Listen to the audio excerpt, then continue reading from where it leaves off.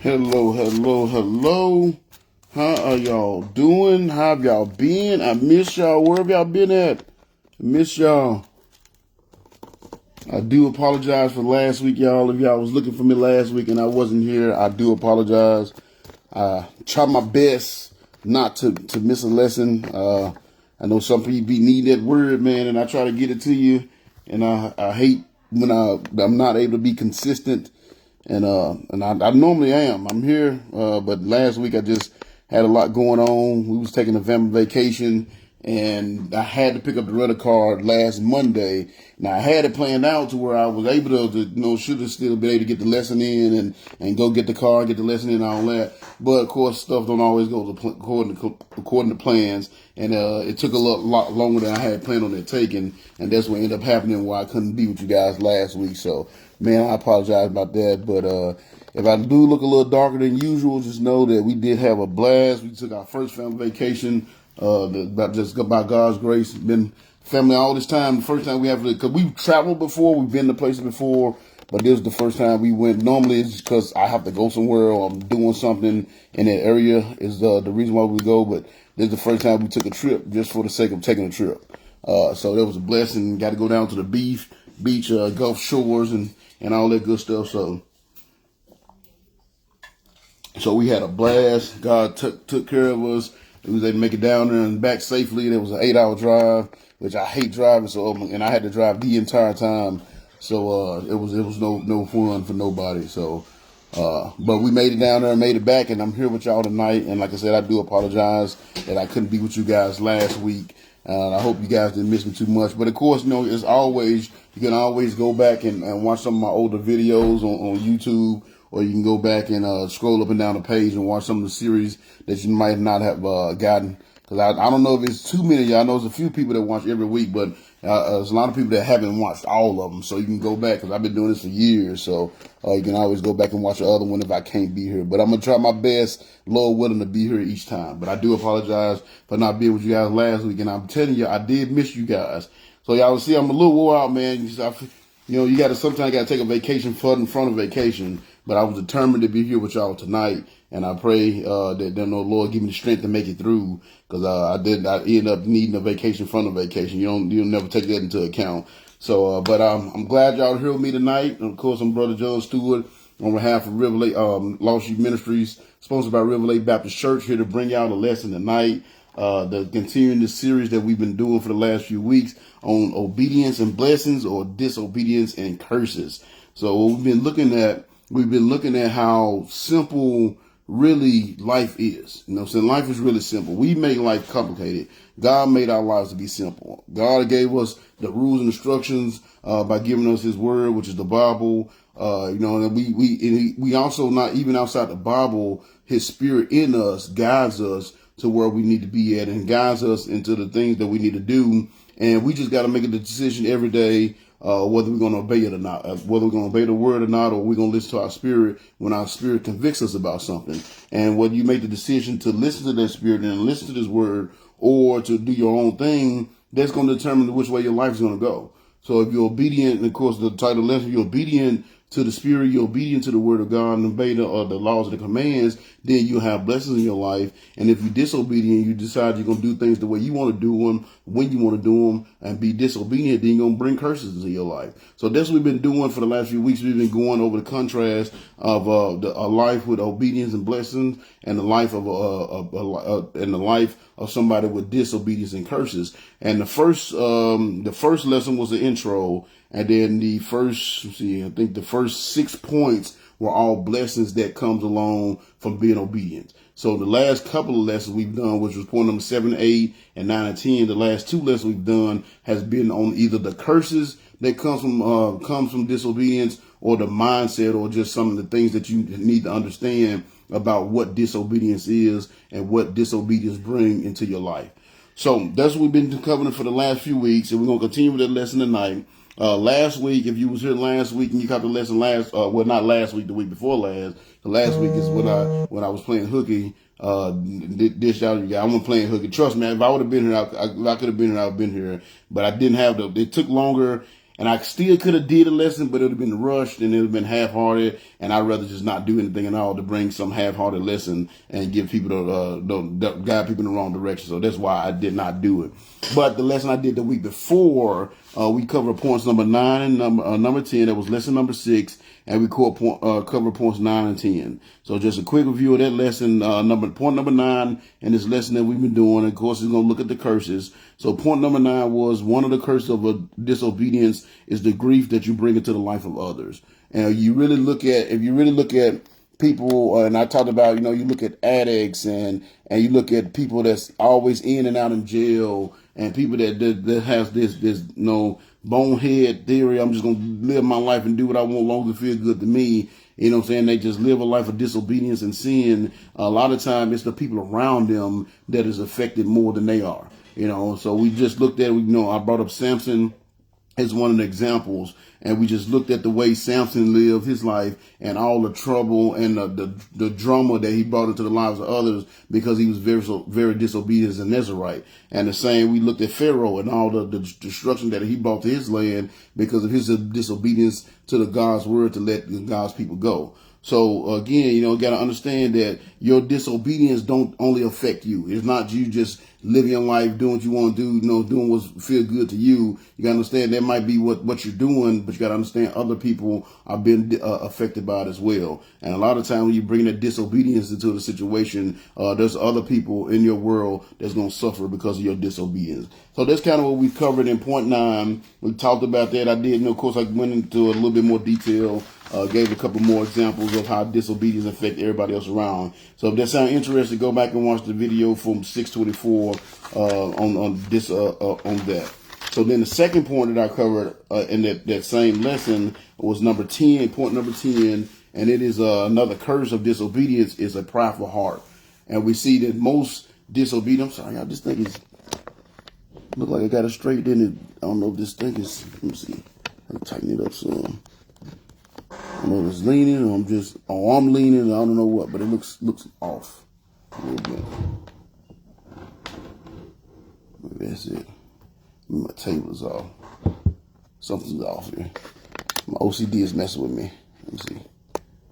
Yeah, it look like you got it. So number 10, again, we talk about a prideful heart, and we see how most disobedience stems, and I talked about how most disobedience stems from the pride in our heart. We talked about, of course, the number one disobedient being, I guess you would call it, of all time, which was Lucifer, which is what got him kicked out of heaven like it was. And we see it was his pride that got him in trouble. And I read to you out of Isaiah 14 where he said, I'm going to be like the Most High. I'm going to put my throne above God's. Basically, I'm going to be God. We talked about how he had an eye problem. And because of that eye problem, his heart was swelled over pride. And he ended up being disobedient to the Lord, and him and a third of the angels got kicked out of heaven because of it. And we have to deal with him on a daily basis with his temptation to try to get us to be disobedient as well. But we saw how Saul, when Samuel went to confront Saul about his disobedience that he had just committed, it said when he was looking for him, somebody had came to Samuel and told him that, hey, he set up a statue to himself. So we saw that his pride had swelled up in his heart, and because of the pride that swelled up in his heart, because he felt, I'm the first king of Israel, I can do what I want to do, he ended up being disobedient because of his pride in his heart, and he was disobedient, and he turned his heart away from the Lord. And we're going to see because of that, it's going to be the beginning of his downfall. And it all goes back to that pride in the heart. And like I said, most disobedience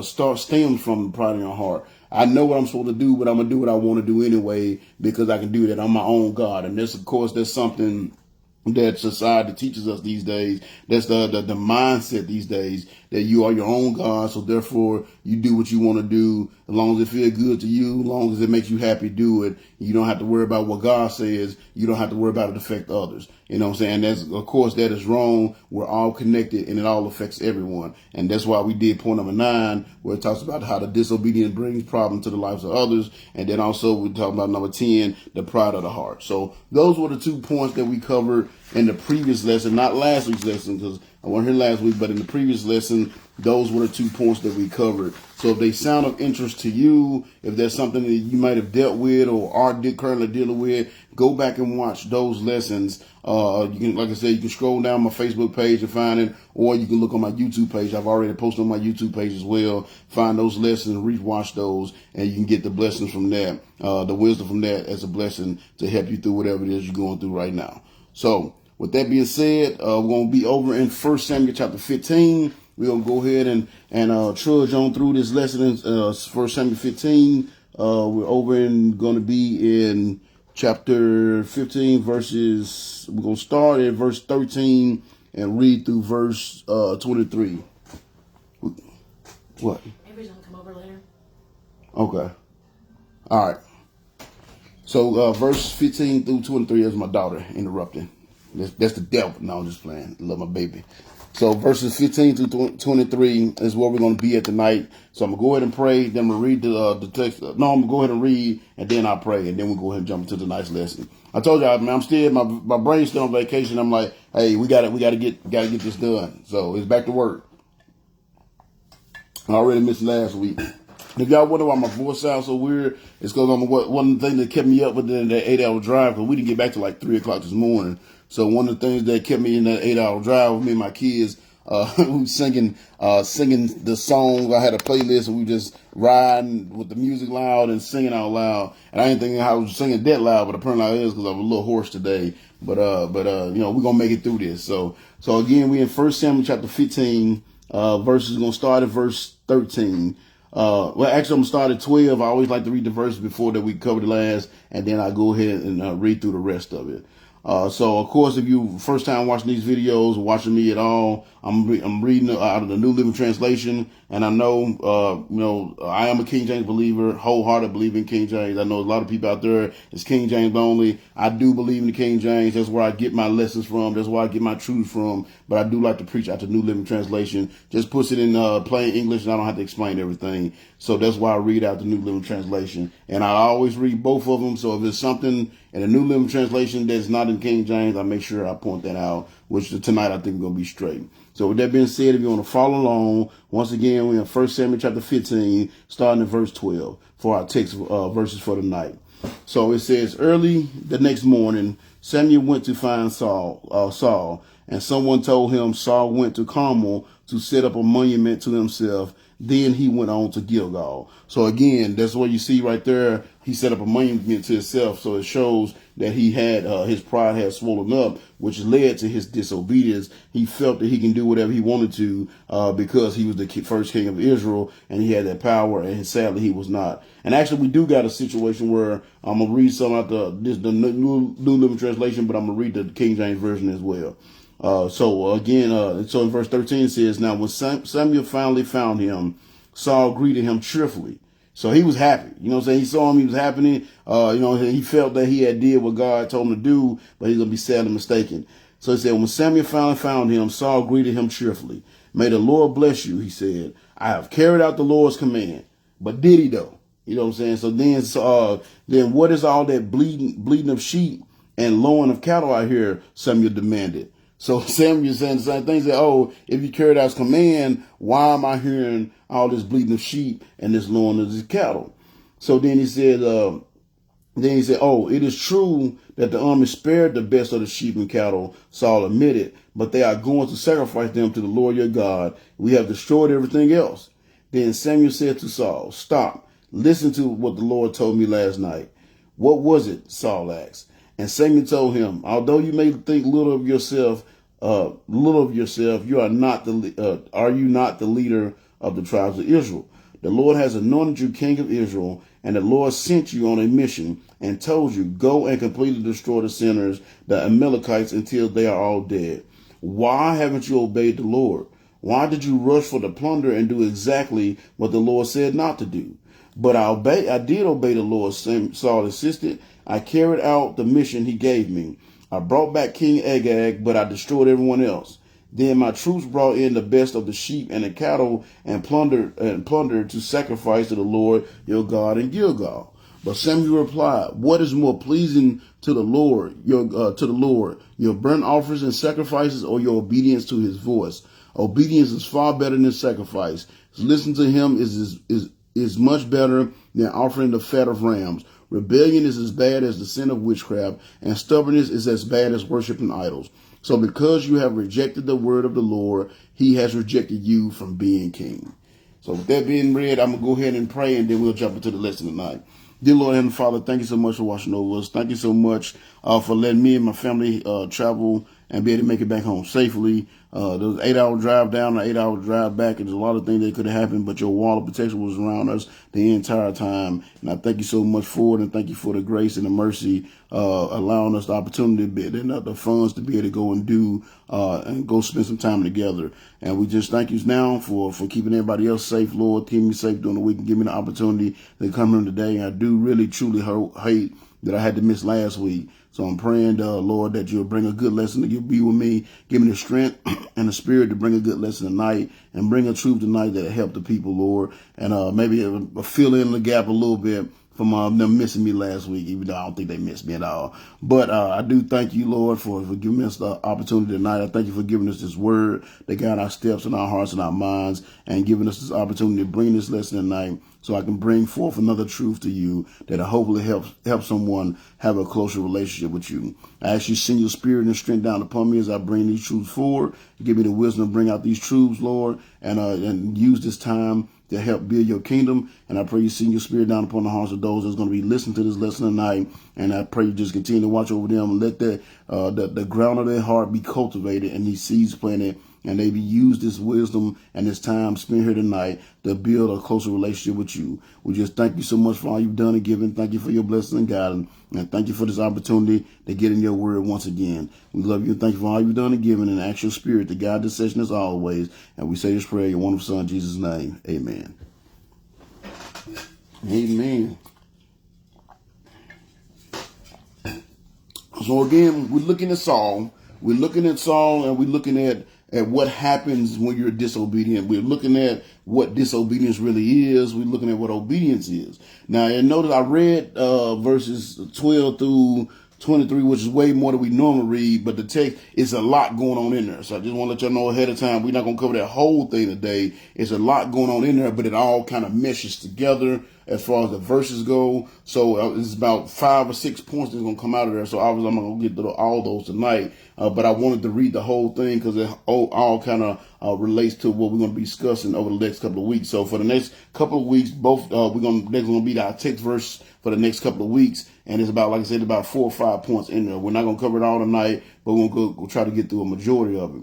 But the thing that we're looking at tonight, where it's going to kind of start the first little part of this lesson, one of the first verses where he said, it says, when Samuel found Saul, he greeted him cheerfully. May the Lord bless you, he said. I have carried out all the Lord's commands. Then what is all this bleat of sheep and the loin of cattle out here? Samuel demanded.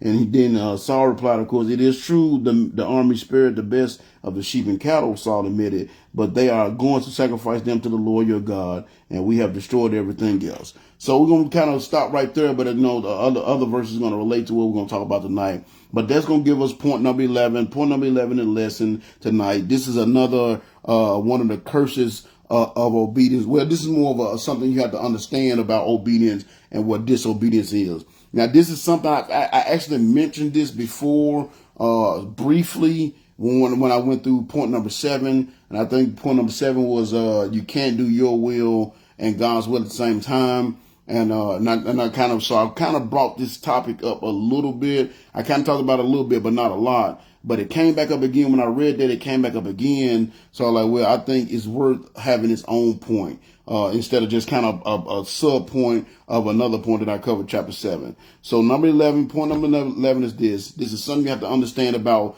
disobedience so you can understand if you are being disobedient or not. So the point number 11 is this: partial obedience or delayed obedience is still disobedience. And like I said, I know I brought that up on point 7, but I just felt it was when I spoke on it briefly in point 7. But I felt it was worth having its own point because I don't think a lot of people understand that. We still think, oh, well, at least I did go to church. You know what I'm saying? At least I did do this, God. At least I did do this. At least I did part of what you said. I might not did it exactly how you said do it. I might not did it exactly when you said do it, but I did do it. So, you know what I'm saying? We had this attitude like, well, he should just be happy with that. He should accept I did that kind of, at least I did some of it. And that's absolutely wrong. That's still disobedience. You know what I'm saying? Because unlike us, God is very detail oriented. You know what I'm saying? He's definitely, he is very detail oriented. And with us, we only pay attention to the details that's going to benefit us.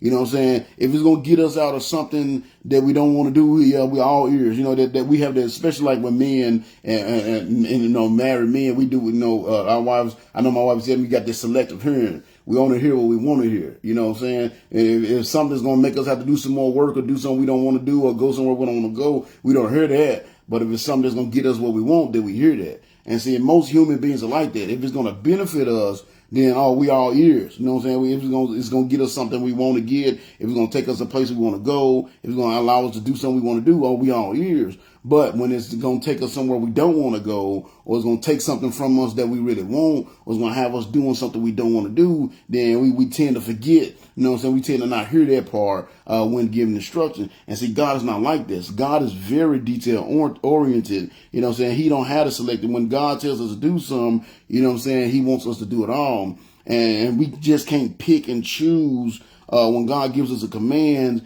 we can't just pick and choose which part of the command that we're going to obey and which part of the command that we okay with doing. And that's what we're trying to do. It's not when God gives his word, when God gives us a command, it's not a buffet. You can't just take the parts of it you want and take the part and leave the parts that you don't want. And when you do that, and we have it, you know what I'm saying, a lot of people that do that, a lot of people that's so-called Christian that do that, and that's what causes a lot of problems and a lot of division among our faith. Because you have some people that's doing just pieces of, they take pieces of the word and they use that piece of the word to justify their actions, and they do the things that they want to do instead of taking the word as a whole and doing what they are, what they know they're supposed to be. You know what I'm saying? But see, God, like I said, God is very detail oriented. You know what I'm saying? When he give a command, it's usually very specific. You know what I'm saying? He always tells you the who, he want to do it. He always tells us the what he want done, and he tells us the where it needs to be done at. You know what I'm saying? And we got to understand the reason why he does this is so that he can minimize the human error. It can minimize if God has told you, if you've been told or given the blueprint or told exactly what to do, you should be able to not mess that up. You know what I'm saying? And that's what God do. That's why he's so detail oriented. That's why he gives specific instructions so that when we carry out our missions, our human error in ourselves, if we just follow his command, then it negates the human error and we're able to be successful on whatever mission he sent us on. Because if you remember over in Joshua, I'm turn over Joshua real quick. You remember over in Joshua chapter 1, when the Lord had first called Joshua and told him that, hey, it's time to go in and conquer the land and take your promised land, take over the promised land, or take over the land that I promised you, which is the promised land. He gave them some specific instructions. And if you look at number 7 to 8, watch what he says in verse 7 to 8. I'm sorry, 6. He said, "Be strong and courageous, for you will lead my people to possess all the land that I swore to give their ancestors. Be strong and very courageous." Now here you go. He said, "Obey all the laws Moses gave you. Do not turn away from them, and you will be successful in everything you do. Study this book of the law continually. Meditate on it day and night, so you will make sure to obey all." There go that word again. All that is written in it. Only then will you succeed. So you notice what he said twice to make sure you obey all of it. Why? In other words, make sure you completely obey. Don't just partially obey. If you just read some of the laws and you do some of the laws, then you're going to fall short somewhere. And you're going to fall short somewhere. You're going to lose my grace, or, you know what I'm saying, or lose or mess up the plan that I had. So therefore you won't be successful. But if you study it and you obey all the laws, then you will have, and then King James Version is called good success. He said the only way you will have success. So see, the only way you will have success in your life is by following the commands that God has given you, and not only following the command, but following all the commands, following all the specifics. Because like I said, he always gives us the who, what, and where. Now, I do admit, he doesn't always give us the why. He doesn't always give them. Matter of fact, 9 times out of 10, he don't give the why. You know what I'm saying? So I do admit that God don't give the why. You know what I'm saying? But the reason why I don't get the why, you don't have to have the why. You don't need to know the why. You know what I'm saying? That's where your faith comes in. If you believe that God is God, if you believe that He knows all, you believe that He's created all, you believe that He's you know what I'm saying, He guides all, then you should know if He told you something, it's for a specific reason, and you should just follow it. You know what I'm saying? You don't have to know the why. And that thing and this is what skewers most people's relationship with God. This is what keep a lot of people from having a relationship with God, and it's that wanting to know the why. You know what I'm saying? That wanting to know the why gets a lot of us in trouble. You know what I'm saying? Like I said, it's the reason why some people don't have a close relationship with God, and it's the reason why some people don't have a relationship with God at all, because they got to know the why. Why would God do this? You know what I'm saying? I can't tell you how many times I talk to people, especially atheists, well, why would God wipe out a whole race of people? Why would God do this? And why would God allow babies to die and people to get done bad and all this? They always want to know the why. You know what I'm saying? They always want to know the why. And because they don't know the why, then they just ain't going to commit at all. You see what I'm saying? But again, if you're really a Christian, you shouldn't have to know why. You should know you know the Lord gave you this command, you know the Lord told you to do something, you know He's giving you instruction on how to do it, He's giving you instruction on when to do it, He's giving you instruction on when to do it. It's command. Just get it done. You know what I'm saying? Just get it done. If God say do it, just get it done. You don't have to know the why. That's where your faith come in. You know what I'm saying? That when God gives you a clear command and it's clearly from God, don't get me wrong. I'm not saying just, you know, well, I hope this, if you get God giving you a clear command, like when he was talking to Joshua, there was a clear command. And, you know what I'm saying? And it was clear from God. Same with the lesson tonight as we look at Saul. When God told Saul to go in and conquer the Amalekites, it was a clear command, clearly given to him by God. So when it's a clear command and, you know what I'm saying, clearly given to you by God, He gave it in specifics, then you should just follow it. It's command. It's just like when you know, and I don't know, I know these days, it ain't like that these days, but I know when I was little, when I was coming up, you know, if an adult told you to do something, especially like my grandma told me to do something, she's like, hey, go do that. And every once in a while, I didn't do this often. I don't want to say I had a bad habit of doing it because it only lasted a little bit. Because my grandmother was old school. She didn't play. You didn't question her. If she said do something, you did it. But every once in a while, some one of us be dumb enough to be like, well, why? And what they with a come response, I know I'm not the only one that went through this, was because I said so. You know, I even catch myself doing it with my kid because I said so. You know what I'm saying? Well, why I gotta? Because I said so. You know, and I knew that if grandma said do something, then it just need to be done. You know what I'm saying? I learned, it was a couple of times I questioned her, and then I got that backhand, and then I learned not to question her no more. You know what I'm saying? So I learned that if she say do something, she give me a command, then I need to make sure if I don't get anything else done that day, that I get that thing done. You know what I'm saying? Because she gave me a command to do this. She's my authority figure. She gave me a command to do that. So if I can do that for my grandmother, why don't we have that same attitude with God? You know what I'm saying? It's like with God, like, you know what I'm saying? Your boss can tell you something, you won't question it. Your wife can tell you something, you won't question it. Your husband can tell you something, you won't question it. Your mom and dad can tell you something, you won't question it. But God can tell us something, and why? Why we got to do that? You know what I'm saying? And God trumps all of those things. You know, God trumps all of those things. You know what I'm saying? So when He gives specific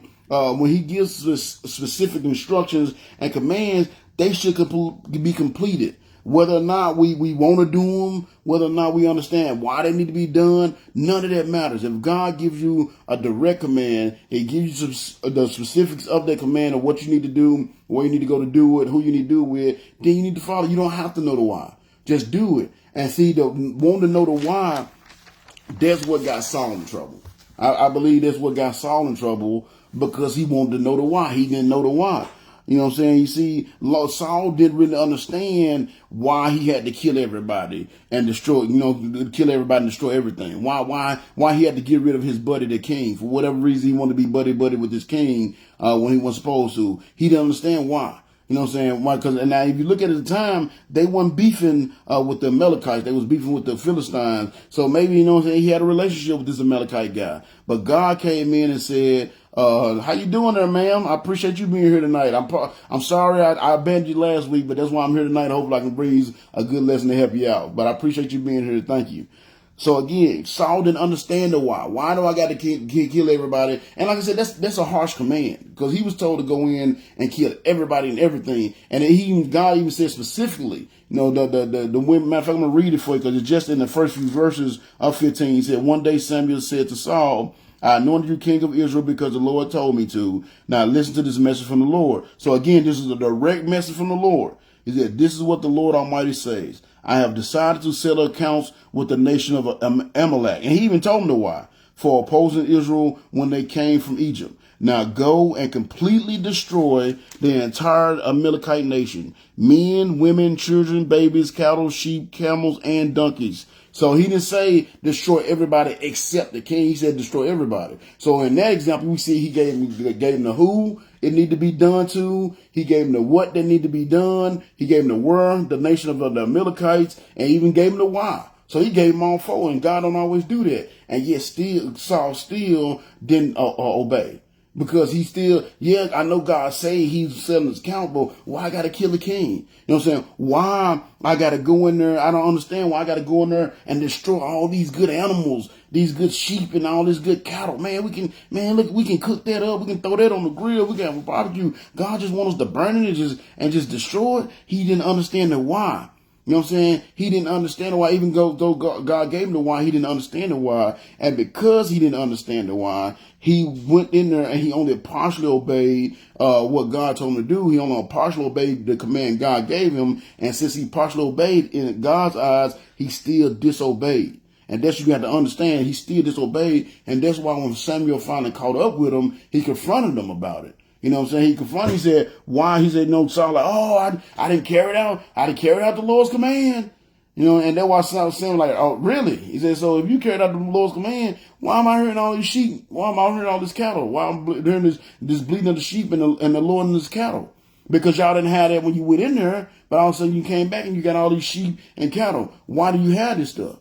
If you really obeyed God's command, that I wouldn't be hearing no sheep. I wouldn't be hearing no lowing of the cattle. You see what I'm saying? And that's what it was. And that's what it was. And we're going to understand because he only partially obeyed instead of fully obeying. Then guess what? It was the beginning of his downfall. And this is the second time he has done this. Because y'all remember, I know we've been, I take forever to get through stuff. But y'all remember a few weeks or maybe even months back, when Saul first got called, he was supposed to go to I think it's Gilgal and wait for Samuel to come there and make a sacrifice. And instead of being patient and waiting like he was supposed to, he decided to do the sacrifice himself. And if you know Jewish law, that's a big no-no because he wasn't one of the Levites. He wasn't one of the priests that was supposed to be doing that. You know what I'm saying? So that got him in some trouble. So he partially obeyed then, and then he partially obeying now. And because of this partial obedience, it's going to be the beginning of his downfall. And that's something you got to understand when you want to be obedient. Because I know the whole point of this lesson is for y'all to see how important it is to be obedient. You know what I'm saying? How important it is to stay away from disobedience. So that's why I want to do this point so you can understand that even partial obedience, because you try, is still disobedience. Especially when you've been given a clear command from the Lord. You know it's from the Lord. It's a clear command. He's giving you specific instructions and you still deciding to do what you want to do anyway. You're putting yourself in trouble. You know what I'm saying? And that's why I get so confused about people and groups that are so hell-bent on following the laws for salvation. You know what I'm saying? Instead of just accepting Jesus Christ. You know what I'm saying? They really don't realize that they are setting themselves up for failure. Because nobody can be perfect. You cannot obey all the laws. That's the whole point of Jesus coming. You know what I'm saying? He knew that it was a flawed system. And he said it, that the way that the old ways was flawed. That's why, you know what I'm saying? Yes, you still obey the law, do your best you can. But, you know what I'm saying? But what's going to get you to heaven is going to put your faith and trust in me. But, you know what I'm saying? But you still had groups of people that still want to follow the laws. You know what I'm saying? We think about the Jews themselves, the main ones, the one that our branch came out of, the Jews that our branch came out, they're like that. You know what I'm saying? They refuse to accept that Jesus was the Messiah. You know what I'm saying? And they've even when they're so stubborn about it, I guess you could say, or so hell bent with following the old laws and not the new laws, the New Testament, that they don't even allow. Because I saw this came up on several times on my feed or whatever. Cause I guess I just watch like videos that had to do with God and stuff all the time. So on my feed, my YouTube feed, and my Facebook feed, there was things popped up talking about how they have put into law over in the nation of Israel, the actual nation of Israel. And I don't know if it's the city of Jerusalem or not, but I know in the nation of Israel that the New Testaments are outlawed.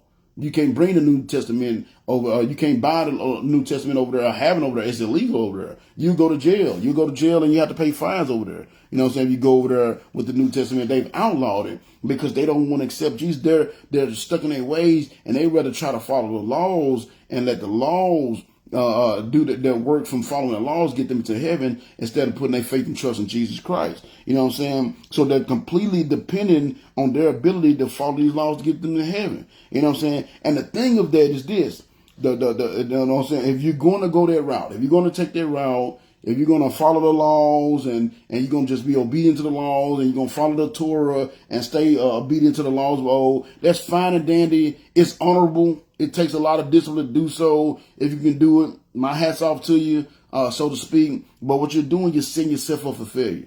Because you got to understand, if you do that, if you say, I'm going to follow the laws, that's what I'm going to depend on to get me into heaven, you got to make sure you follow all the laws. Because if you disobey one law, you disobey them all according to the word. Matter of fact, you go over to James chapter 2, verses 8 to 11. It says this. He says, chapter 2, verse 8 to 11, it says, I'm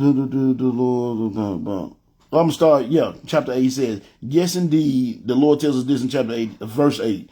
Chapter 2, verse 8, it says, yes, indeed, it is good when you truly obey our Lord's royal command found in the scriptures, love your neighbor as yourself.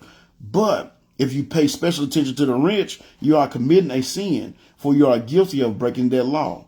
And the person who keeps all of the laws except one is as guilty as the person who has broken all of God's laws. For the same God who said, do not commit adultery, also said, do not murder. So if you murder someone, you have broken the entire law, even if you haven't not committed adultery. So we're just saying there, if you break one law, you done broke them all. You see what I'm saying? So if you're going to follow the law, you have to follow every single one. And do you really think with our free will and our human nature and the foolishness that's wrapped in our heart, to do the things that we want to do and to live the way we want to live, you really think that we're going to have somebody's going to have the ability to follow that? You know what I'm saying? To follow all the laws. So you can't follow all of it. So if you can't follow, even if you miss one, if there's 2 million laws and you did 1,999,000 of them and you didn't do one, then guess what? All 2 million have been broken. You see what I'm saying? And that's what a lot of people want to do. They want to focus on the law and they want to do that. But they got to understand, if you do that, that's fine. But if there's any disobedience at all, even if it's just one of the laws, then guess what? You're fully disobedient. And that's the whole point of this law. Partial obedience is only still disobedience. So if you obey all the laws except one, then if you obey all the laws except one, then that's still partial disobedience because you didn't obey that one. So therefore, you're still disobedient. You know what I'm saying? And I've been seeing an uptick of this, and the people that's getting to the laws, they want to harp on the laws. I've seen an uptick of this here lately. I got a couple of people I'm friends with on Facebook, and they've got into this Hebrew Israelite thing. A lot of black people kind of gravitating toward that, and that's fine. That's what they want to do. But they're really all about the laws. They always want to throw up a law from the Old Testament in your face. No, this law it says this. This law it says that. And that's fine. If you want to do that, that's fine. But yet, look at all the other laws they're breaking. And I know some of these dudes, and I know they're breaking other laws. Yeah, they might stick to this one law they want to throw in my face, but they're breaking others. And therefore, they've broken all of them. So, see, it's a never-ending cycle. You can't win that way. You can't win that way because there's going to always be some kind of partial obedience in that, because you're not going to follow all of them. And therefore, it makes all your work, you make everything you do a work of disobedience. And you got to understand that. You know what I'm saying? Because you can't pick and choose what you're going to obey. And there's a lot of people that want to get into the laws in front of laws. They pick and choose which laws they're going to obey, and they pick and choose which laws they're going to ignore. You know, I see the same thing, like another one, a big one that I've seen, and I know these people. That's why I know kind of what they do and what they go through, their way of thinking. And they're good people, and I want to make sure I said I'm not down on them. I'm just saying, in my opinion, my professional opinion, based on the word and based on my relationship with the Lord, they're setting themselves for failure. That's all I'm saying. But good people, you know, the Hebrew Israelites, I know them, good people. Their intentions are good. They trying to, you know, strictly follow the law, but that's just not the way. Because again, there's going to always be some partial obedience, so therefore there's still going to be disobedience. I see the same thing with Seventh-day Adventists. You know, I don't know if you guys know Seventh-day Adventists or have know any or anything like that, but I do know some. And one of the big things is,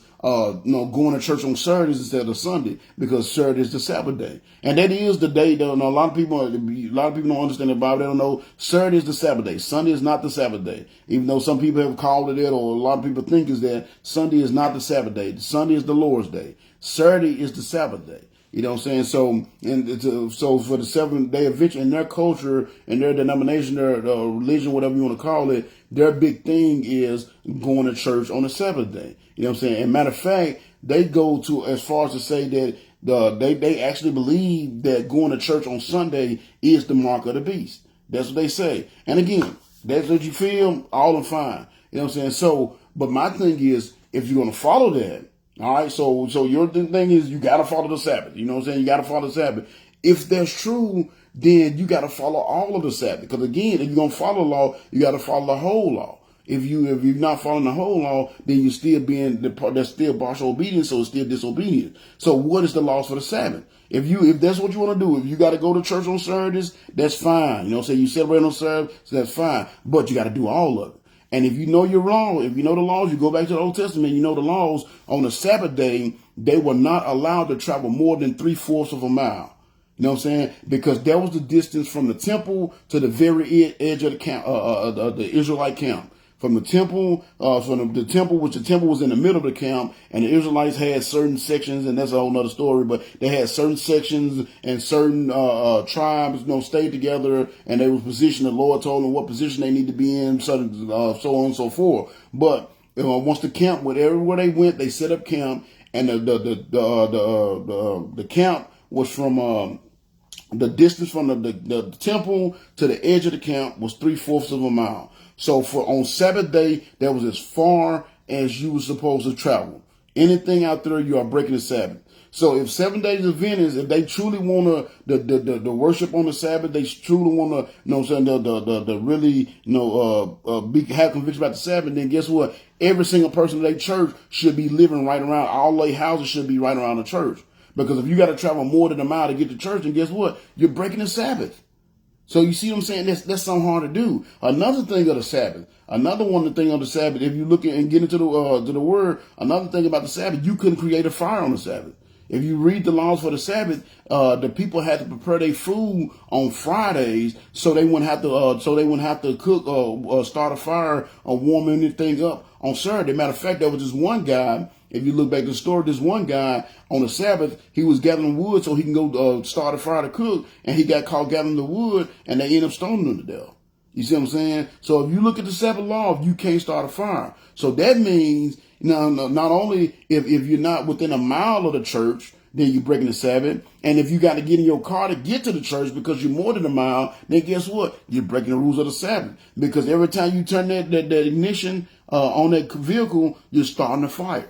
So once again, you're breaking the laws of the Sabbath. So you're still in partial obedience. You know what I'm saying? And if it's the middle of the winter and it's Saturday morning and you got your heat on because it's 0 degrees outside, then guess what? You're breaking the Sabbath. Because what brings that heat into your house? That fire that's created in your AC unit. So you see what I'm saying? So you see why it's so ridiculous to try to put your faith and trust in laws, because you can never fully obey the law. You can only partially obey because there are going to be instances that's out of your control. You can control, everybody that go to a Seventh Adventist church do not live right around the church. You might, the pastor might stay on site. You might have a member that's close enough to where they can be within that 3/4 mile, but I highly doubt the whole church is there. But yet that's what they harp on. Oh, you're going to church on Sunday. You're disobeying the Sabbath. You know what I'm saying? But yet, like you said, like James said, if you're gonna obey one part, you're gonna obey the law. You got to obey the whole thing. If you even out on one of it, then you disobeying the whole thing. So you got to be careful. You got to be careful when you do that. That's why, honestly, that's why we have so many different denominations. You know what I'm saying? Within the Christian faith altogether. That's why we have so many, you know what I'm saying? Because you got so many that try to pick and choose. And that's what each denomination is basically picking and choosing which, like I was saying earlier, they picking and choosing which laws and which commands they're going to follow, which ones they think is more important and which ones that are not. You know what I'm saying? That's what they're doing. You know what I'm saying? That's why, because each different denomination picks and chooses which law they're going to focus on and which one they're going to ignore. You know what I'm saying? And if you're doing that, then guess what? You're still only doing partial obedience, which is what? Disobedience. You know what I'm saying? If you out there telling people that you have to be baptized to get to heaven, you gotta be baptized to get to heaven. You know what I'm saying? Because it's a certain denomination tell you got, if you ain't baptized, even if you saved and change your life around, and you never got in that tank of water and you died, then you're going to hell. You know what I'm saying? If you out there, you telling people that you gotta go to church every Sunday. You gotta be in church. You can't miss church. And there's denominations that say if you miss church, you're going to hell. You know what I'm saying? If you go out there telling people that they gotta read their Bible all the time, you gotta pray all the time. You know what I'm saying? If they telling you gotta do all these things, but yet they're not telling you need to get out there and go soul winning, then guess what? They're still only partial obedience. Because yes, we are commanded to go to church. You know what I'm saying? We are commanded to go to church. We are commanded to be baptized. We should be baptized. We should read our Bible every day. We should pray every day. You should do all the things, but you're also supposed to be soul winning. And I live in a church, a small town, and I think it's something like 80 something churches in this town. We're the only one that goes soul winning. You know what I'm saying? We're the only one that go out knocking on doors and go try to tell people about the Lord. So you see what I'm saying? So I'm not saying our church is righteous, but I am saying that we're doing what we're supposed to be doing. You see what I'm saying? Well, a lot of people, they got all these different denominations, say their denomination the right one, but they telling you to do all these other things so you can be in that little denomination, but they not telling you the main thing that the Lord said you should be doing, which is out there seeking and saving those which are lost. And we got to understand that. And see, that's the reason why, you know what I'm saying, you see this Riverlake Baptist Church, I'm not big into the denominations. You know what I'm saying? That's not my thing. You know what I'm saying? Like, if your doctrine is right, if you know what I'm saying, teaching people the right thing, I don't care what the denomination is. But from my experience with me visiting other churches and talking with people of other denominations, talking with pastors of the other denominations, and just getting into the word, the one that I feel, my own personal opinion, you might feel different if you're of a denomination, but the one that I feel that their doctrine and their beliefs and their works coincide more with the Word of God is the one I chose, which is Independent Fundamental Baptist. And I'm not even just, I know it said Riverlake Baptist, but we're actually Independent Fundamental Baptist. Because even with Baptists, you got Southern Baptists, you got Primitive Baptists, you got Missionary Baptists, you got all kind of different Baptists. But the one that, like I said, that I think follows more closely with the Word of God and the doctrine is what the Lord says should be according to His Word. I think the one that follows it closely, the closest out of all of the denominations is the Independent Fundamental Baptist, and that's why I chose that. And I didn't even choose that. That's just what God led me to. You know what I'm saying? When I was looking for churches, that's the one I went into. And it was the first church I got in where I saw people actually doing the work. It was the first church I got in where I actually saw the church was affecting people's lives, and it was changing people around. It was turning people around. It was getting people out of negative situation and putting them in positive situation. It was the first time I saw it, and that was why I'm like, man, there's something to this. It's something to this, and that's why I stuck with the Independent Fundamental. You know what I'm saying? But me personally, I think the denomination, all it does is separate us all. But, we have it, You know what I'm saying? We have it. It is out there. You know, people have certain denominations they like or they was raised in or whatever. This is one. I was raised in Southern Baptist, but this independent fundamental is what I end up coming to. Like I said, once I started getting into the Lord, because when I started reading the Bible for myself and seeing the things that we supposed to be doing, I saw that the people at these independent fundamental Baptist churches, both of the ones I've been at, the people are doing what they supposed to be doing. That's what I roll with. You know what I'm saying? Because you got to understand that partial disobedience, if you're doing this but you're not doing that, yes, you're getting people baptized, you're getting them to go to church all the time, getting them to read the Bible, you're getting them to pray, but you're not getting them out there soul winning, then you're still only showing partial obedience, and therefore it's still disobedient. And that's what we have to understand. We have to understand. And that's why I roll with this. So understand, partial disobedience would not put you in alignment with the will of God. It won't. Partial obedience, like I said, and I said delayed earlier, but the same delayed. You know, so many times I come across people that know God has something for them to do, know they should be doing it, but they want to wait till later on, kind of thing. I know I was out soul winning. We was down, even though we was on vacation. I was soul winning out this past Saturday. While we was on vacation, I don't let nothing stop me from my soul winning. You know what I'm saying? Again, every once in a while something pops up and I can't get to do it, but even then I still try to get some tracks out. But I came across a lady that was, you know what I'm saying, that wasn't sure about her salvation, and got to talk to her. And I mean, we went through the entire gospel, and my last, you know what I'm saying, asked the questions. She answered all the questions and everything. She understood everything. She understood she needed to make a decision to accept Jesus Christ as Savior. But when I asked her if she wanted to do that, she said no, she wasn't ready. You know, it ain't nothing I can do about that. But the crazy part was she knew she should do it, and she won't do it. She just said, I don't want to do it right now. So, you know what I'm saying? So that's still partial disobedience. And I prayed with her, you know, I prayed the Lord. I hope, you know, I gave her I left one of my tracks with her, and maybe the Lord touch her heart later on. Gita wants to make the decision because it's the most important decision you ever make. And I pray you get to make that decision before it's too late. And just like I always tell everybody, I'll be a liar if I tell you got to do it today, but I'll also be a liar if I tell you can do it tomorrow, because I don't know. You see what I'm saying? But we have to understand that partial disobedience is not going to put you in alignment in the will of God. You know what I'm saying? Partial disobedience will actually take you away from the grace of God. You know what I'm saying? And we're going to see that with Saul, because if you go to the last line, and we're going to get to that eventually. I'm not going to teach tonight, but in the last line, he said, rebellion is bad as a sin of witchcraft, and stubbornness is as bad as worshiping idols. So because you have rejected the word of the Lord, in other words, you only partially obeyed the word of the Lord, he has rejected you from being king. So you see, partial disobedience not only is going to get you out of alignment of the will of God, it's also going to put you in a position where you can lose God's grace in your life. So I'm going to end this point by saying this. Basically, the summation of what I'm saying with point number 11 is this. You know what I'm saying? Either obey. If you get a direct command from God, he gives you the specifics. He tells you what to do. He tells you what needs to be done. He gives you the who, word and where, and maybe the why. Like with Saul, Saul got the why, but he don't always give you the why. But you know what I'm saying? If he give you the who, what, where, and possibly the why, if he give you a command, you might go ahead and either fully do it. And if you're not going to fully do it, if you're not going to obey the specific, you're not going to do everything he said do it, if you're not going to do it the way he say to do it, then I'm going to give you some advice. Just don't do it at all. Just don't do it at all. Because only partially obeying is not going to get you any brownie points. You're not getting any brownie points. Well, God, I know you told me to go to church and pay attention. I didn't pay attention, but I went. You know what I'm saying? I know you told me to go and do more for you. I didn't really, go out so and knock on doors. I didn't go knock on doors, but, I gave a track, you know what I'm saying, somewhere. I did this somewhere, or I told somebody about you. You know what I'm saying? But I didn't really go do no soul winning. But I did mention you a couple of times in the conversation. You know what I'm saying? When God gives you a direct command, you know what I'm saying, he gives you specifics. Either just do all of it or don't do any of it.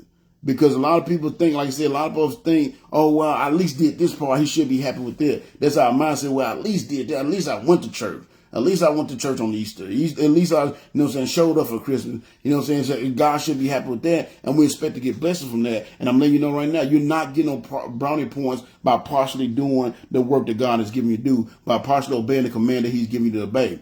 Because again, partial obedience is still in his eyes disobedience. That's why if you look over in Revelation, he was talking and he said, I'd rather you be hot or cold. He said, I'd rather you be hot or cold. He said, because if you lukewarm, then I will spew you out of my mouth. See, he said, I'd rather you be hot or cold. In other words, either get down with me and do what you're supposed to be doing, or just don't do nothing at all. Because you get no brownie points from God, and part of my language from half-assing. You just don't. Either, you know what I'm saying, you're going to be hot and you're going to do it all the way, or you're going to be cold and not do it at all. Because at least if you do that, he knows where you stand. He can't stand the double-minded person. Somebody that's not really stand for what they believe in, stand on what they're supposed to be doing, standing on their business. They want to waffle back and forth. God don't take pleasure in that because he can't trust you. You're unstable. He wants you to be stable. So if he give you a command, like I said, either do it or don't. If you don't plan on doing it and doing it the way he said to do it, or doing it all the way, then you might as well not do it at all. Because partial obedience and delayed obedience is still disobedience. So that was point number 11 tonight. And we saw that what Saul did. He only partially obeyed. He said, man, I came and I did the command. I did what the Lord say, but what did the Lord say? The Lord said, kill everybody, destroy the entire Amalekite nation, men, women, children, babies, cattle, sheep, camels, and donkeys. But what did Saul say? He said, I did obey the Lord, Saul insisted. I carried out the mission he gave me. I brought back the king of Agag, but I destroyed everyone else. He didn't say bring Agag back and destroy everyone else. He said destroy everybody. He said, then my troops brought the best of the sheep and cattle and plunder to sacrifice to the Lord your God in Gilgal. He didn't say to sacrifice or save stuff for sacrifice. He said destroy everything. So again, he only partially obeyed, and that partial obedience in the eyes of God is still disobedience, and it's going to make God Saul. That's going to be the beginning of his downfall, because he did not completely obey the command of the Lord. So when the Lord gives you a command, he tells you something to do, he give you a task to do, he give you a mission to do, he expect to give you the details of it, you better follow it.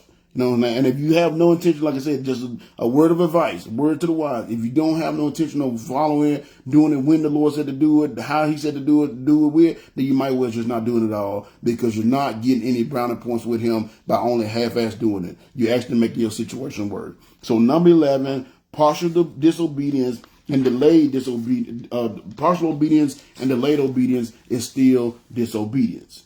So now we go to the next one. So we saw what Saul said, what Samuel said. It's true that the army spared the best of the sheep and cattle, Saul admitted, but they are going to sacrifice them to the Lord our God, and we have destroyed everything else. So again, he was trying to justify his disobedience, but it wasn't going to fly. So then in verse 16, Samuel said, then Samuel said to Saul, stop, listen to what the Lord has told me last night. And what was it? Saul asked. So number 12, this is another curse that had come upon you. This is one of the curses of being disobedient. And number 12 is this. Another curse of being disobedient is the inability to hear, see, or listen to the Lord. Number 12, a curse of disobedience is the inability to hear, see, or listen to the Lord. What am I talking about? In order to be able to hear the Lord and to be able to see the Lord working in your life, you have to have a close walk with the Lord. You have to have a close walk with the Lord. If you don't have a close walk with the Lord, you're not going to be able to understand how the Lord works. You know what I'm saying? They always say the Lord works in mysterious ways. You know, I'm pretty sure y'all have heard that 100 times. People have said it 100 times. And reality is really not very mysterious. If you really have a close relationship with the Lord, it's not mysterious. You can see how the Lord works. You will understand how the Lord works, because you will understand the Lord. Not you're going to understand everything God does. I'm not saying you'll be some super genius where you can understand it, but you will be able to see, I saw God working there. I saw how God worked it out. You'll be able to see that stuff. You know what I'm saying? If you have that close walk with him. But if you don't, you won't. And you won't have a close walk with the Lord if you're living in disobedience. You see what I'm saying? You can't. The only way you be able to, like I said, the only way you be able to hear the Lord and be able to see the Lord and definitely be willing to listen to the Lord is having a close walk with him. And you can't have a close walk with the Lord if you're living in disobedience. You know what I'm saying? And if you can't hear the Lord or understand when he's guiding you, how are you going to be able to listen to him? It's not going to work out. You know what I'm saying? One of the most common complaints I give from people, especially when I'm dealing with people, they're trying to figure out, where God wants them to go, what God wants them to do, kind of thing. You know what I'm saying? What's God's will for my life? Because I always tell people, they ask me, what's the key to being successful? And I'm like, you got to find God's will for your life. I do it with my kids all the time. And I tell you got to find God's will for your life. Find out whatever it is God has something for every single person to do. Every person, even the dude laying on the bridge drunk and laying in his own filth. because of his drunkenness. There was something that the Lord had for him to do. He might not necessarily be doing it, or he might, because he didn't do it, that's why he ended up where he's at. But every single person is born, they're born with a purpose. No life is random. You know what I'm saying? No life is random. Everybody have a purpose. So I always tell people, you got to find the word, you got to find God's will for your life. That is the key to success. And the main complaint I always get when I'm dealing with people and I'm trying to help them figure out what's God's will for their life, or we're talking about God's will for their life, or they talking about why they can't find God's will for their life. The main complaint I always get is, well, God don't give me any guidance. I can never hear from God. God never shows me what to do.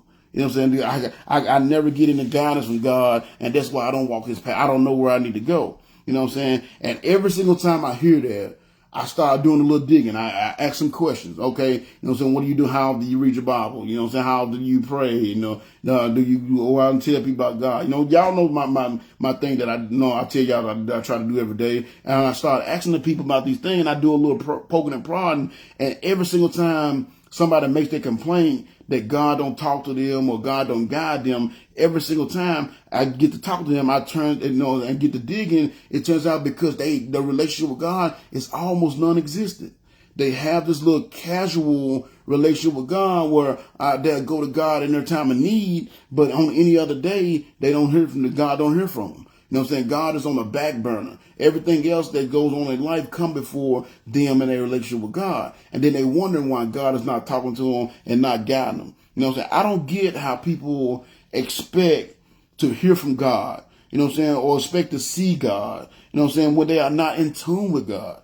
And you're not in tune with God because you're not truly walking with God. You have to truly walk with God to be in tune with God. You know what I'm saying? You have to truly walk with God to be in tune with God. You have to be able to obey God's commands to be in tune with God. And when you start doing that, you will start seeing that God is really talking to you all the time. He's guiding you all the time. You know what I'm saying? He's working in our life all the time. You know what I'm saying? But you got to be in tune with God to be able to see those things. How do I get in tune with God? Well, guess what? There's a reason why the Bible says to search the scriptures daily. It's a reason why the Bible tells you to do that. There's a reason why the Bible tells you to pray without ceasing.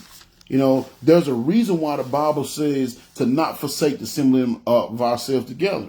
You know what I'm saying? There's a reason why the Bible says that we should be out there seeking to save those which are lost. It's a reason why I say this is because those are the things that you have to do to build a relationship, a good, strong relationship with God. You know what I'm saying? Those are things you got to do to have a good, close walk with him. And if you're doing those things on a regular basis, then guess what? You will have a close walk with God. You will be able to see God working in your life. You will be able to hear him talking to you. Now, I'm not saying you're going to hear an audible voice. You know what I'm saying? We're not like Moses. We're not looking like Moses or Joshua, none of the other guys that got to hear audible voices. Oh, man, I would love to have it happen. You know what I'm saying? But the God will show you that he's definitely not. I can't tell you how many times something has happened. I had a thought or something, and then, you know what I'm saying, I'm like, man, I wonder if this what God has guided me, you know what I'm saying, this is what he want me to do, this is where he want me to go, and, you know what I'm saying, and then, later on, just randomly, I get to talk to somebody, other person, or watching some show or something, and that thought that I had, or that command, I'm wondering if that's what God told me to do, I get some confirmation on it.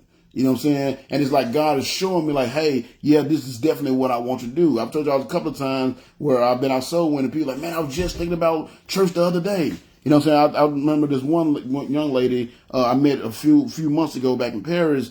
I asked her about going to church. She said she wasn't really going to church, but she was starting to get back in church. And I asked her about salvation. She said, well, I think I am. I was like, what do you mean? She said 2 days ago. Not even, she said 2 days ago, I was just, she said, I rarely listen to gospel music, but I was just, I was in a funk, and I just felt like that's what I need to be listening to. And she said the music that was on, it was touching my heart, and I just called out to God. She's like, this salvation? And I said, I can't say because I don't know the details. I said, but let's go over this gospel so we can make sure. You know what I'm saying? And I remember she said, it's so weird. Matter of fact, before we started talking, she said, it's so weird that you guys came up to talk because you just sit on the porch and I came up, me and my son was together and I saw winning and we started talking to her. And that's what she said, it's so weird. She said, I was just calling out to God a couple of days ago. She said, and then when I asked about salvation, she said, that's why it's so weird that you came up and started talking to me because this just happened to me a couple of days ago. So God was confirming what she had already known, he had already showed her and brought her under conviction about, and then we came along and confirmed it.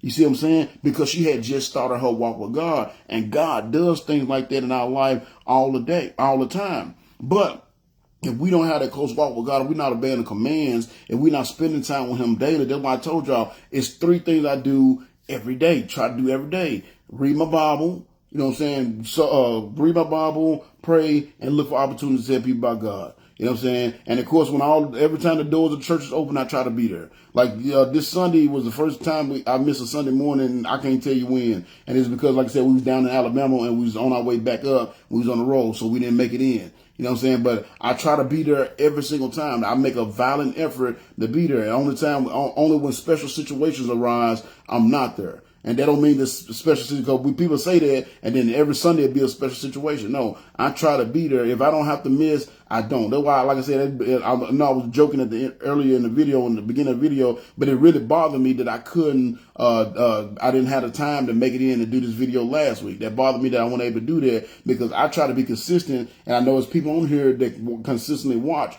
So I was messing, not only was I messing up my consistency, I was messing up their consistency because I wasn't here. And they were like, man, hopefully, at least I got a library of videos you can go watch to kind of make up for it. But, you know what I'm saying, if you're somebody that's already watched all of them, then, you know what I'm saying, you don't want to watch a rerun and hear me yelling at you about the same stuff I yelled at you a couple of weeks about, then you know what I'm saying, I messed that up. You know, but you got to have that consistency with the Lord. You got to spend time with the Lord and have that consistency with the Lord if you're going to be able to hear from the Lord. And we see Saul didn't have that. So instead of the Lord giving the message direct to him, he had to give it to Samuel, because Samuel was faithful.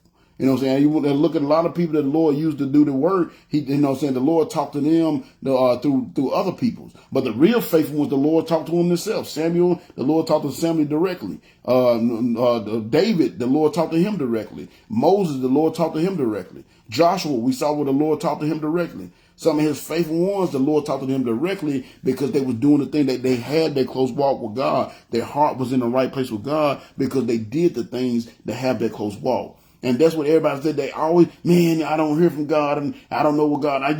Sometimes I hear, well, I used to have this relationship with God, but I don't hear him no more. You know what I'm saying? And then, like I said, every single time, if I get to poking and prodding and get to asking questions, we'll see, because they don't have a relationship with God that they used to have. You know what I'm saying? Or the relationship they do currently have now is almost non-existent.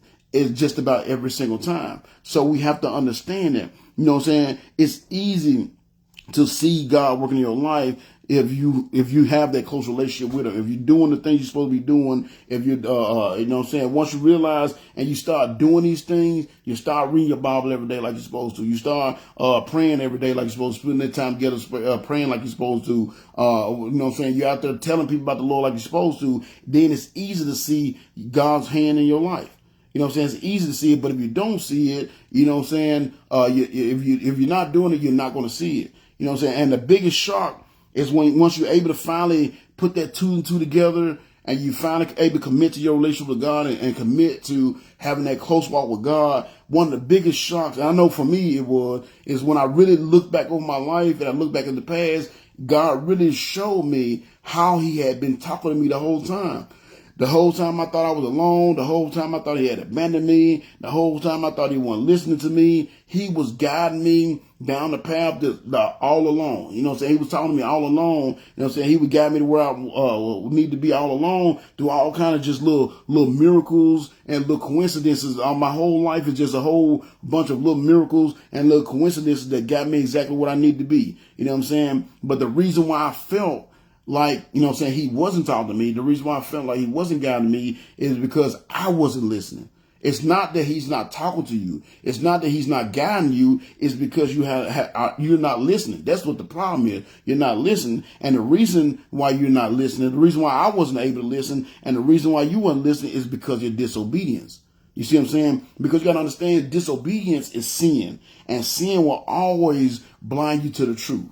Sin will always blind you to the truth. So you can't be in tune with the Lord until you see how much he really does. You can't be in tune with the Lord to see how much he really does for you, because your sin and your disobedience is blinding you from that truth.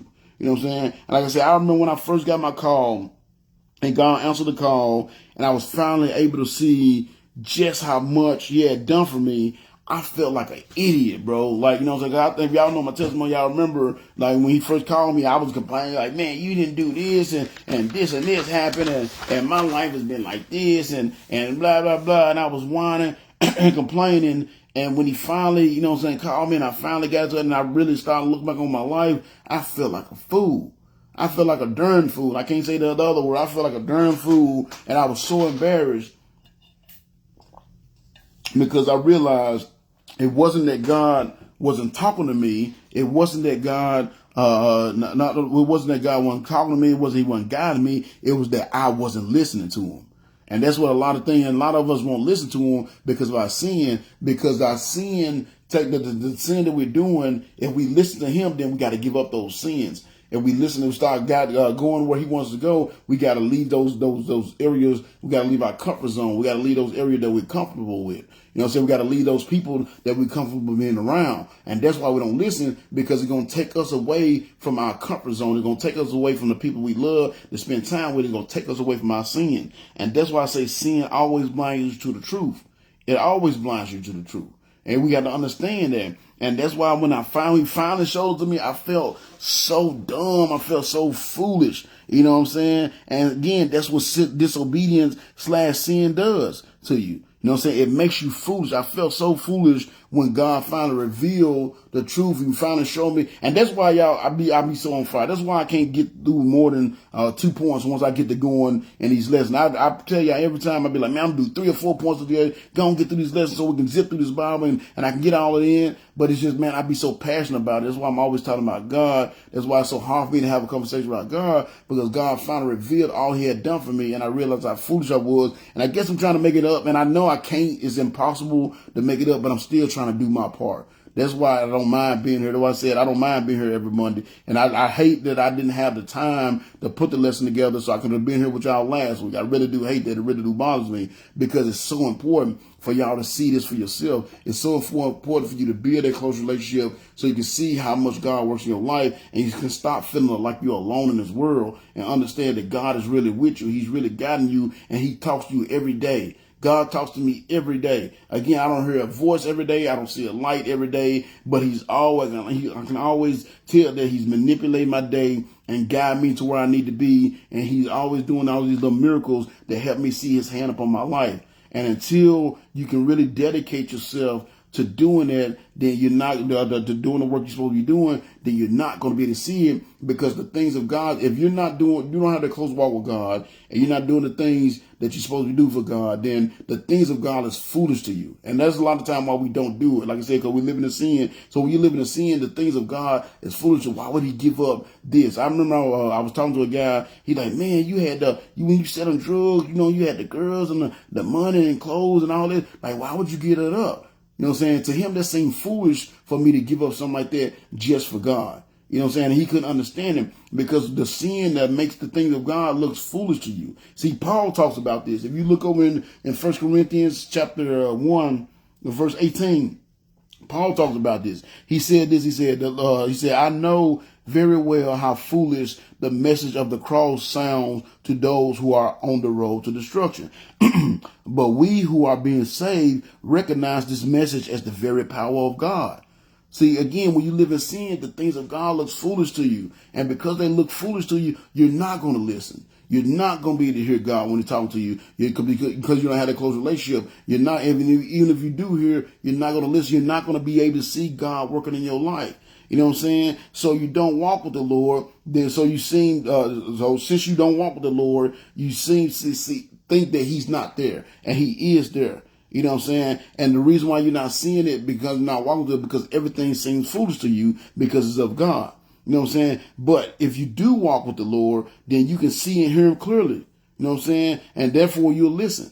You know what I'm saying? So when you, like I said, when you see, I'm sorry, I wrote it down weird. So you see, when you don't walk with the Lord, you don't see Him, so you don't listen, because to you it's foolishness. That's what I meant to say. But if you do walk with the Lord, you can see Him and hear Him clearly, and therefore you will listen.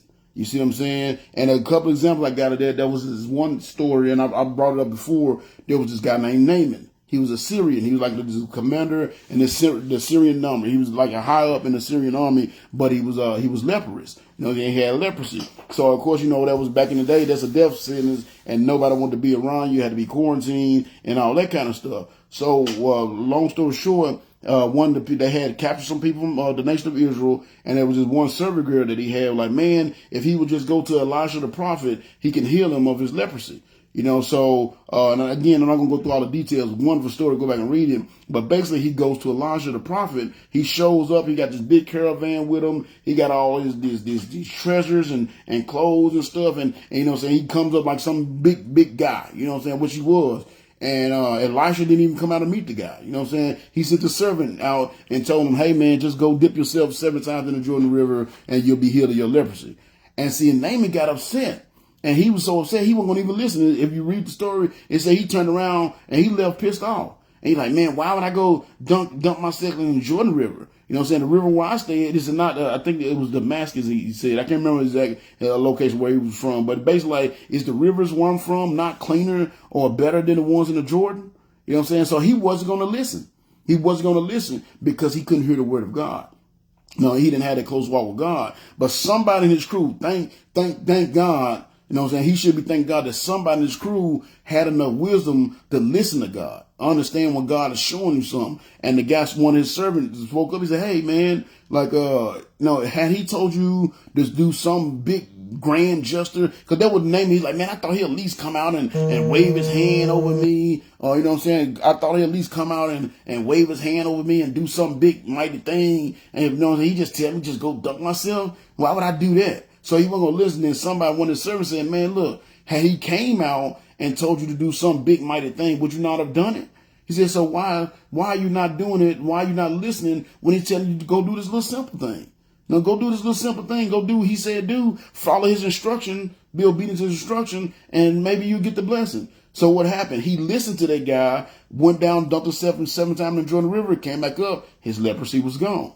But see, so he almost missed it because he wouldn't listen, because he didn't have a close walk from God. But luckily for him, somebody in his crew did have a close relationship with God, and he was listening, and he convinced Naaman to listen. You see what I'm saying? And that's why it's so important to have that close walk, so you'll be able to see. The servant saw that, man, my master can get this blessing if he'll just listen.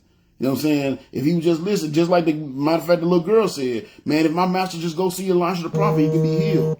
You know what I'm saying? He would just listen. So this servant said the same thing, convinced him to go, and he went, and he got dunked in. He came up fresh as new. You know what I'm saying? There was another situation where that happened. Matter of fact, same kind of around time period, it was dealing with Elisha again. And there was a situation where he was in the city, and this king came out to try to capture him, because he was able to tell, through prophesying, he was able to tell the army of Israel what this king was going to do. So this king came up with the bright idea that, you know what? The king came up with the bright idea, we're going to go and capture him. And you know what I'm saying? I guess he's going to torture the information, find out who he's getting the information from, kind of thing. So Elisha and his servant were standing on the wall in the city, and the city was surrounded by this army. So his servant was freaking out. Man, what we going to do? You know what I'm saying? What we going to do? Elisha wasn't even sweating. He's like, man, are you not worried? He said, no, I ain't worried. He said, you don't see it? He's like, what are you talking about? He said, Lord, open his eyes so he can see. You know what I'm saying? And it said the Lord opened his servant's eyes, and when he opened his servant's eyes, he saw that I don't know, I can't remember exactly which group of people. Let's just say the Syrian army. It wasn't the Syrians, but I'm just saying it for the sake of this point. So the city was surrounded by the Syrian army, but then the Syrian army was surrounded by the army of God. It was chariots of fire all around them, and it was a way bigger army than what they had. You see what I'm saying? But see, his servant couldn't see because he didn't have that close walk with God like Elisha had. So again, you see a situation where somebody had that close walk and he was able to see the hand of God, and somebody didn't have that close walk and he couldn't see the hand of God. And that's what you got to understand. You're not going to hear God. You're not going to see God. You know what I'm saying? You're not going to see God work in your life. You're not going to be able to hear God, and you're definitely not going to be able to listen to him if you don't have that close relationship with God. So if you want to be able to see God working in your life, see his hand in your life, see how his will and his plans for you are coming to fruition before your very eyes. If you want to be able to see that, if you want to be able to hear God, you know what I'm saying? If you want to be able to listen to God, hear God, and then be able to listen and do the things he say, then you're going to have to obey God.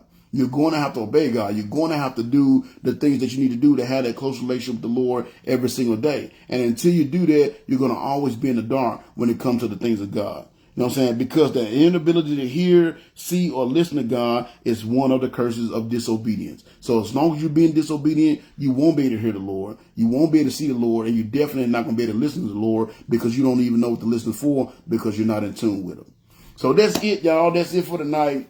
You know what I'm saying? Those 2 points, I want to get that in with you. I'm doing good. I'm about a few minutes ahead of when I'm normally in. So I guess that's just my gift to y'all. You know, I'm give y'all a little bit of vacations. I just came off vacation as well. But no, I just wanted to get that through and help y'all see this. And I'm hoping these lessons are helping y'all and understanding really, because like I said, I've done lessons on obedience before. I've done lessons on disobedience, but I was talking about the importance of it. I've never really just dove into the differences and really just did a complete lesson on obedience and disobedience. It's always been kind of dealing with it as I'm doing another lesson. But I really want to do this because y'all can see how important it is, man, because life is simple.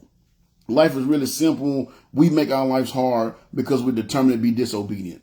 You know what I'm saying? That's what make our life hard. Our determination to be disobedient, our determination to do what we want to do the way we want to do it is what make our life hard. Our life is simple. You know what you're supposed to be doing, then so do it. You know what you're not supposed to be doing, so don't do it. And if it's definitely expressed the direct command from the Lord, and the Lord is working really hard about something, or he's revealed something to you that you need to be doing, he's giving you the who and the what, and the who, the what, and where, then, you know what I'm saying, you make sure you do that. And like I said earlier, if you're not going to do it, if you're not going to do it what God said do, you're not going to do it the way God said do it, if you're not going to do it who God said do it with, then you might as well not do it at all. Because only half doing it, only partially doing it is still disobedience. So again, tonight's lesson for point number 11, you got to understand partial disobedience and delayed partial obedience and delayed obedience is still disobedience. And then number 12, one of the curses of disobedience is not being able, the inability to hear, see, or listen to God,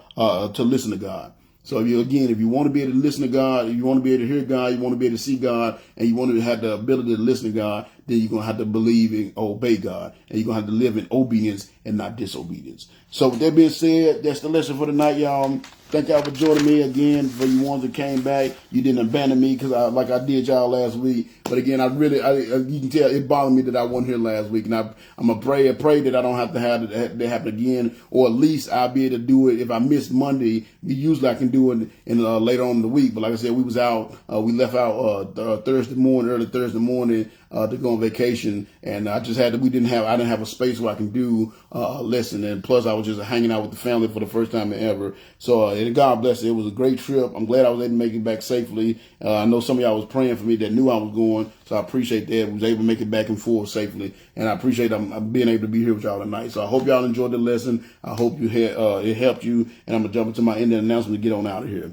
So, of course, as always, if there's anything in particular that you would like for me to cover, in the story you'd like for me to cover, any certain subject that I haven't already covered, something that's just on your heart that you would like to know more about, you can always inbox me and let me know, and I will try to work it into my lesson plan. As of right now, Lord willing, next Monday I'll be back. We'll go to the next couple of points in this lesson, and it's going to come from the same group of, like I said, it's going to come from the same group of text verses that I read here tonight. Is going to come from the same group. So, so there's some more stuff in there that I didn't pull out. Those were just the first two that came across, but there's like 4 or 5 in there. So we're going to be there for the next couple of weeks. So, but again, if you got anything else that you want me to cover that I haven't yet, please reach out to me and let me know. Keep sharing the videos, telling people about the videos. I appreciate y'all doing that. My stuff is always public, and it's because, it's not monetized and none of that. It's because I just want to get this word out. I think it helps me when I put these lessons together.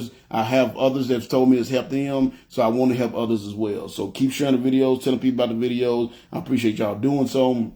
As always, if you're not 100% sure about your salvation, if you don't know that when you go through the door called death, you're going to get to see Jesus on the other side, please do not hesitate to reach out to me. Inbox me, send me a pigeon or whatever. Let me know. and I will set up some time to get with you, to go over the gospel with you, and hopefully help you make the decision. And as always, if you got any questions, need any kind of spiritual counseling, want to talk about the Bible, want to pray together, whatever, you can always reach out to me. And again, let me know, and I will set up some time so we'll be able to do so. And as always, if you want to go watch some of my old sermons, like I said, if I have to miss another one, and you just got to hear my voice or see my ugly face, you can always go to youtube.com, scroll up and down. That's my channel, God's Servant / Lost Sheep Ministries. Scroll up and down that page. There's over 200 some videos on there, and all of them are at least an hour and a half. I don't think I've ever done a video less than that. I think maybe once or twice I've done one that was just a little bit over an hour, but most of them on average is an hour and a half. So there's plenty of stuff there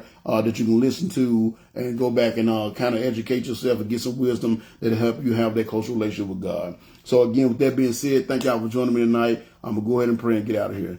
Dear Lord, Heavenly Father, thank you so much for watching over us. Thank you for letting me put that lesson together, send your spirit down upon my heart. I pray there were some things said that will bring people under conviction about the way they're living their life. Maybe if they're living their life in disobedience, it'll bring them under conviction, getting them to want to step away from that disobedience. Because the whole point of this is just helping people see how much we hurt ourselves. By doing the things that we want to do, the way we want to do them outside of your will, we're only hurting ourselves. We always think it's a game, but it's really a short-term game, and it doesn't pay off in the end, Lord. The long-term game is about just hearing your word, obeying your word, and doing the things that you have for us to do the way you have for us to do them. I pray you help these people see that. I pray try to relay this message tonight. I pray you help them see it, and I pray this message will touch their hearts and get them to want to be obedient to your word so they can do the things that you have for them to do, and they can live their life in a way to honor and glorify you. I pray you be with all my ministry members, Lord. Be with the Lost Sheep Ministry. Continue to help it grow, prosper, reach out in the community, change the lives of others, and capture lost souls of men. I pray you be with me and my family. Continue to give us the encouragement, enthusiasm we need so we can continue to go forth doing that work, Lord, doing the work that you have for us to do for these 9 years. I forgot to mention that earlier. Last week we celebrated our 9-year anniversary of this ministry. Started 9 years ago. We're still going strong, and we've been growing, and it's all because of your grace. And I thank you, and I pray that give us the encouragement to keep going for another 9 and however long I got left. I pray that until my dying day, I'm serving you, and I'm doing this work to try to bring others to you. And I pray just be with me and my family. Give us the encouragement we need to continue to go forth doing that work, and be with all my ministry members as well. Get them the courage they need to continue to go forth doing their work, and just give us your power, love, and wisdom over any problem that arise that may keep us from doing so. Be with all your faithful servants as they go about their day serving you, Lord. All those that's giving their hearts to you, give them your power, love, and wisdom over any problem that arises that may keep them from doing your work. And I pray you also be with all our honorable service members, Lord. All those that are in the military, law enforcement, medical services, rescue services, anyone whose jobs put them into their health, life, and safety at risk to protect the health, life, and safety of others. I pray you continue to be a wall of protection around them, get them the encouragement they need so they can continue to go forward doing the work you have them to do, saving and protecting others by putting themselves at risk, Lord. That's such an honorable thing, and I pray you just be a wall of protection around them while they work, and a wall of protection around their families as well. And I pray, Lord, that you just continue to be with this nation as a whole. We have this election coming up. I pray you give us the wisdom to choose the right leaders. And I pray you give the leaders that we currently have the wisdom to make the right rules and regulations that would allow us to continue to honor and glorify your name, to be able to continue to exalt you and praise you and show our appreciation for the mercy and grace that you've given us that has made this country what it is. And I pray for the day when the world as a whole, we will humble ourselves, pray, seek your face and turn from our wicked ways so you may hear from heaven, forgive our sins and heal our lands. Thank you for this time tonight. Thank you for your word. Thank you for this lesson. And thank you for your spirit's guidance. And we love you. And thank you until we can gather here again. We say this prayer in one of Son Jesus' name. Amen.